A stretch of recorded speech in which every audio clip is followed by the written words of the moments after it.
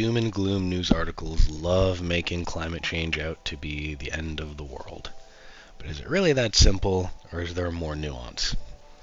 Climate change's central idea is pretty straightforward. The Earth goes through cycles of temperature fluctuation that either go up or down a few degrees. Our current rise in temperature has been accelerated due to human intervention. Even still, you might be thinking that all these fear-mongering headlines that describe a 2 to 3 degree increase in global temperature just really can't be that bad. And besides, that's air temperature. How much of an effect can that really have on the world's oceans, or Canada's oceans in particular? And what do those models know anyway? 50, 100-year projections, maybe they matter for the world as a whole, but are they really relevant to us? In the grand scheme of Canadian affairs, that few degrees of warming may seem benign, but when you look at the specific ecosystem impacts that result from that change, the picture becomes a little clearer. And despite what you may be expecting, some of those effects could actually be beneficial. Let's take a deep dive, pun intended. Our journey begins in the beautiful waters of Nova Scotia on the east coast. Because to comprehensively analyze how climate change affects you as a Canadian, we need to look at specific Canadian case studies. Today, we're going to take a look at climate change's impacts on Canadian oceans, more specifically, our fishing industry. Even more specifically, lobster fishing. You might think this is a bit too focused, but ultimately, lobster fishing alone actually contributes billions of dollars to Canada's GDP. That might surprise you. Lobsters don't seem very special, but today you might just learn a thing or two about them. For starters, you might not have known that they aren't red. That's only how they look after they're cooked. In the wild, they blend in pretty well to the seafloor that they live on, though rare colors like white, blue, red, and black have been observed in the wild. If anything, you probably just think of them as a luxury item on a restaurant menu. So it may surprise you that fishing for lobsters actually forms the foundation for the livelihood of many Canadians, especially on the East Coast. So how does lobster fishing actually work? Well, it isn't done with a rod. Homerus americanus, the ones you're about to see having a territorial dispute on the seafloor, are actually caught with traps. Fishermen will lay traps on the seafloor, hope to get a lobster, and then winch them back up to the ship. They usually look something like this, but it sort of depends where you're at. The bottom right shows the range of the American lobster, but this doesn't reflect the industry. Climate change has caused southern American waters to warm quite rapidly.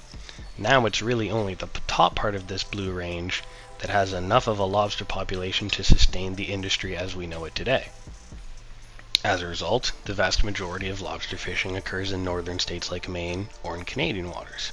Decades ago, one used to be able to catch lobsters as far south as the Carolinas. This is simply impossible now. Now you might think, geez, lobsters are just sea bugs, how hard can population management really be?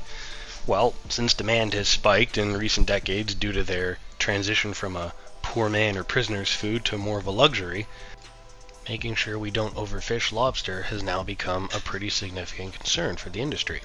They don't grow fast. They're not actually readily available from birth. It can take up to 8 years for a lobster to reach the type of size that might be suitable for your plate. And fishermen are pretty careful about this. The Department of Fisheries and Oceans will occasionally monitor fishermen's catches to ensure that they're up to the measurement standards. You also can't catch pregnant female lobsters to ensure they can help maintain the health of the population.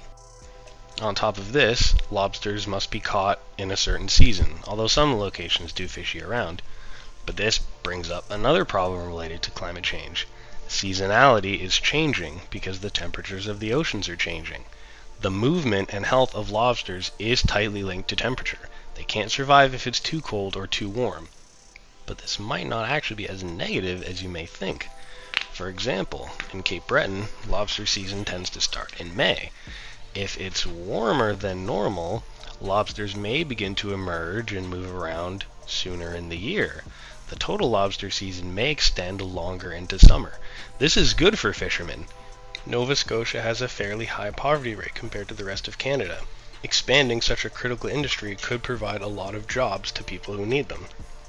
But surprise, surprise, things aren't that simple. As atmospheric carbon dioxide increases, so too does the carbon dioxide that dissolves into the ocean in the form of an acid. This is not good for the shells of crustaceans. One of the draws of Canadian lobsters versus, say, lobsters from the state of Maine fished from slightly warmer waters is that our cold waters keep lobster shells hard. The harder the shell, the more durable they are. Lobsters actually need to be shipped live. When they die, they decompose quite rapidly. Harder shells allow them to be shipped farther distances with much greater ease. So despite expanding our ability to catch lobsters, we may one day harm the quality of our lobsters. Warming waters also tend to increase the American lobster's susceptibility to disease. As Canadians who may not always see the effects of climate change in our everyday life, it's important to recognize how much it does affect our bodies of water. Our lakes, our oceans, our rivers, and our waterfalls are important to us. They hold emotional value, recreational value, economic value, and to many, spiritual value.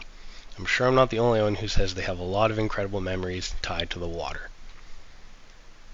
Whether climate change actually ends up helping or hurting the lobsters who call Canadian waters home remains to be seen. They'll certainly survive no matter what the climate brings, as they have for the last few hundreds of millions of years. But next time you see them chilling in a grocery store aquarium, just think about the journey they went on to get there. Think about the thousands of people who made it possible, and think about common sense ways that Canadians can help protect the climate to make sure this resource isn't lost for future generations.